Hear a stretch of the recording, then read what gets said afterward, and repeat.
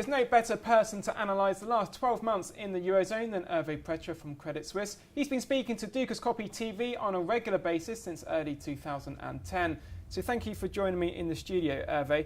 I was looking back at the very first interview that we did, and you basically said that Greece isn't such a big problem because it only makes up a very small percentage of Eurozone GDP.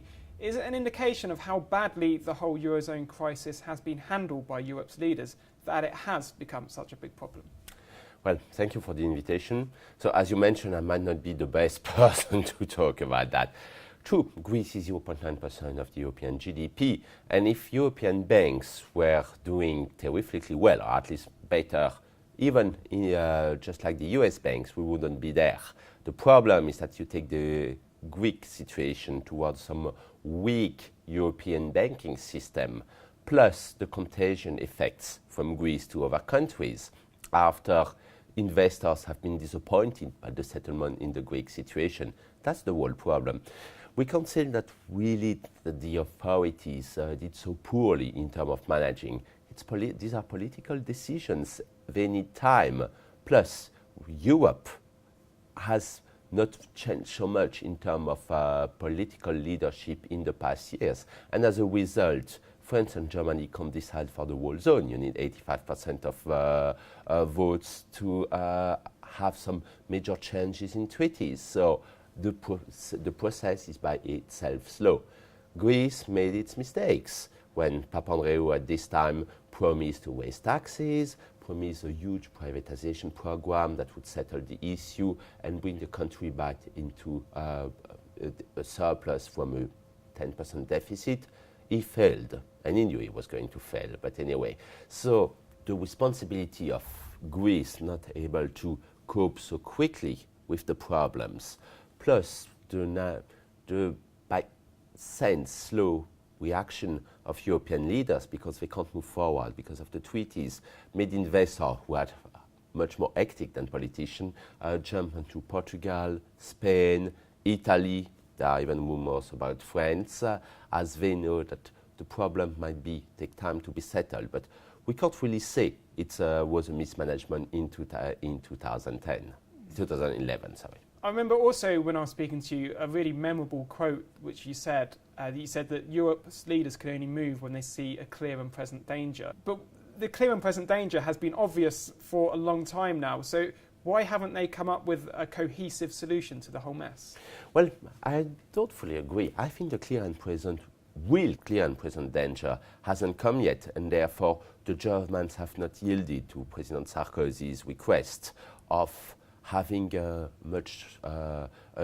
ESFS with much more power than the 500 billion they have at the moment. They have not accepted the Eurobonds or even some intervention of the ECB to buy at discretion for whatever amount the government debts on the markets, which would quiet speculators down, of course. What would take Germany to move and accept it would be a real clear and present danger, an attack on France, a big situation in Italy. For the moment, we had some government changes in Greece, in Italy to the benefit of technocrats, some majority change in Portugal and in Spain. We can't say the situation has calmed down, but at least the new austerity package for the moment seemed to be enough not to prevent a major disaster. However, if we move into 2012 and with renewed growth or rather recession figures into the model, then the austerity package might not be enough, and then we might have a clear and present danger that would finally bring what the market is looking for. I don't personally think Germany will accept the Eurobonds. However, some status of lender of last resort from the ECB towards governments might be gained after this clear and present danger. Let's briefly talk about Italy. When I've interviewed you before about Italy, you've been quite bullish about the country, saying its economy is much more robust than the likes of Greece. When we saw the yields on government debt move above 7%, was that an indication of the markets were concerned about the state of the Italian economy, or was it more an indication that they were concerned about the whole Eurozone project? Well, both are linked. Italy investors were disappointed at two shy measures from Prime Minister Berlusconi in terms of cutting the deficit. We still believe in the long term that Italy is quite robust. Most of its debt is in domestic hands. They have some export strength. Their households is less indebted than the average European. It's true, their public sector is widely indebted, but if you add up all the three components of debt, corporate, households, and government, the final figure doesn't come that high. Italy has some industrial strength. Italy has some ability to react, some reserves, thanks to a very high savings ratio in Italy. And once again, the debt mostly in domestic hands.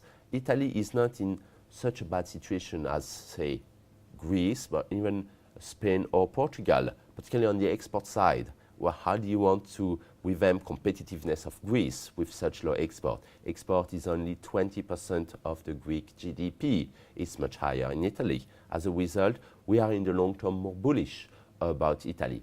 Of course, this little game by speculators saying, well, the deficit is higher than expected. The country has, for whatever reason, worse reputation than Germany or the Netherlands. And there you go. The investors start panicking. And therefore, I think it will carry on in any bad news from Italy or even France, as long as the ECB doesn't have the power to intervene when they want, at discretion without revealing anything, and under a certain benchmark to buy the bonds and bring those yields down. No hedge fund would go against a central bank.